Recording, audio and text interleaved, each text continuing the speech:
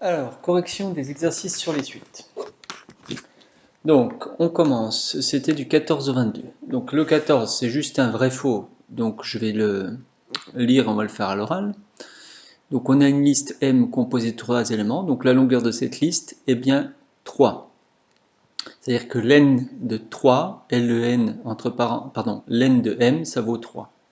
L'indice de l'élément 5 est 1. Alors 5, c'est le premier élément, donc c'est un indice, c'est pas 1, mais c'est 0. L'élément M de 2 est moins 2.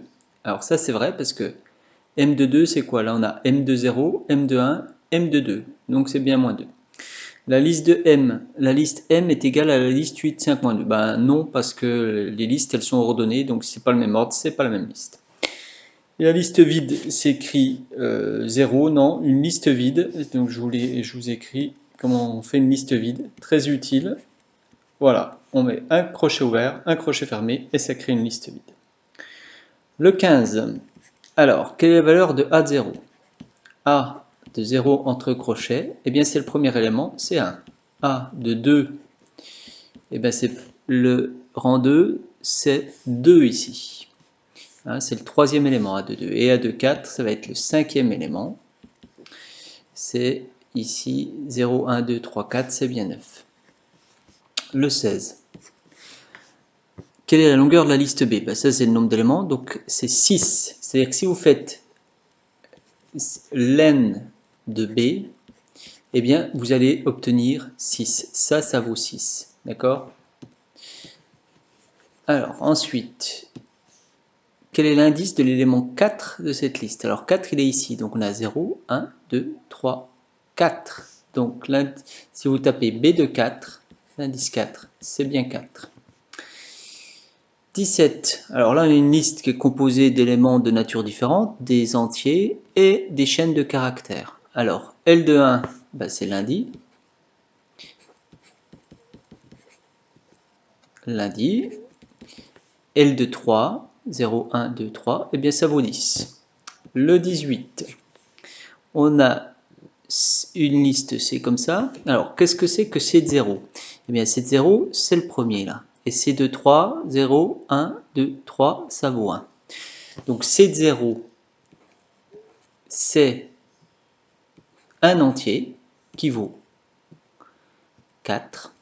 C de 1, pardon, C de 3, c'est un autre entier qui vaut 1. En Python, quand on ajoute des entiers, ben, on fait l'opération d'ajout. Donc ça fait P, il prend la valeur 5, 4 plus 1. Voilà, donc P a la valeur 5. Et Q, donc Q c'est C de 1 plus C de 4. Alors C de 1, eh bien écoutez, c'est la lettre P.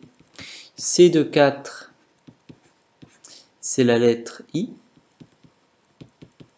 Eh bien, en Python, quand vous faites la somme, comme ici, vous voyez, on fait la somme de ces deux choses-là, on fait une somme de chaînes de caractères, de texte. Eh bien, en Python, ça existe de faire des sommes de texte, et en fait, il les ajoute. Donc, ça fait P, I. Il les ajoute comme ça, il les met bout à bout. Donc, ce qu'il y a dans la variable Q, c'est PI, c'est la chaîne de caractères PI. On passe au suivant. À l'exercice 19, donc liste de range 3, 5. Alors en Python, toujours le problème, range 3, 5, ça va pas de 3 à 5, c'est pas les entiers de 3 à 5, mais de 3 à 4.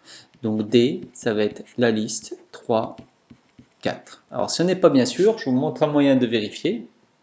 Donc vous allez sur le site internet du livre scolaire, c'est là où vous allez chercher vos exercices habituels. Donc vous choisissez votre manuel mathématique, donc ensuite je vais choisir le manuel de première par exemple. Voilà, donc manuel de seconde ou de première, peu importe, à vrai dire.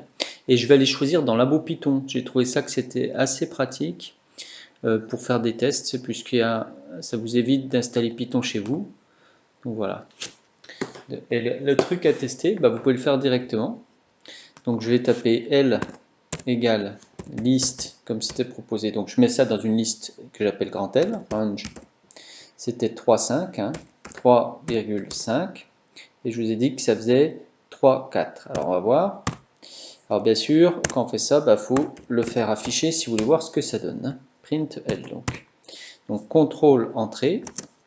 Et voilà, on a bien la liste 3, 4. Donc ça, je vous invite vraiment, faites-le pour vérifier si vous avez bien compris. Dans le 20, alors dans le 20, on a range 7. Et bien là, ça va de 0 à 6. Donc E, c'est 0, virgule, c'est pas de point virgule, c'est une virgule. Hein.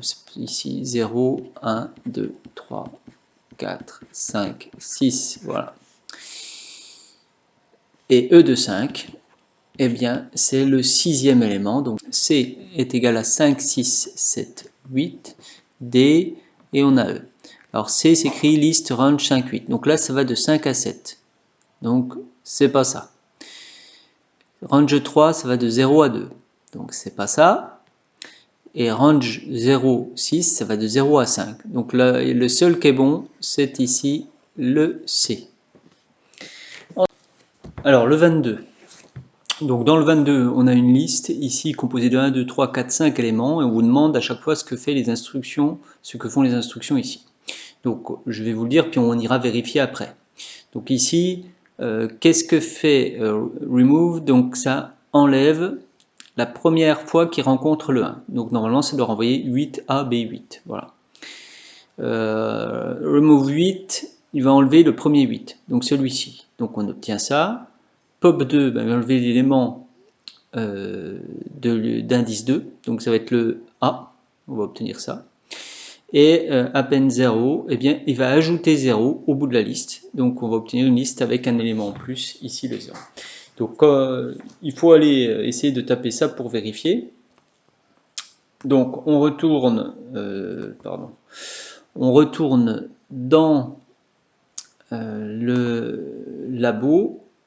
Donc voilà, on a la liste que j'ai rentrée. Donc vous voyez, on l'écrit comme ça. L égale, puis j'écris la liste complète. Et puis alors donc on va ici avec remove 1. Donc print L, donc je l'affiche après. Et je fais un contrôle entrée. Qu'est-ce que ça fait? Ben, ça enlève bien le premier 1. Si vous faites remove 8, vous allez voir que ça va enlever le premier 8. Voilà. Si vous faites pop 2, pop de 2, eh bien, vous allez obtenir normalement le petit A là qui va s'en aller. À chaque fois, je recommence. Hein. Chaque fois, je repars de cette liste-là. Donc, c'est bien ça. Et puis, il y avait le append. Donc, append, vous allez voir que ça ajoute l'élément 0, normalement, au bout de la liste. Et voilà, on a une nouvelle liste avec un élément en plus. Donc voilà, je vous encourage vraiment à aller tester ça sur le logiciel.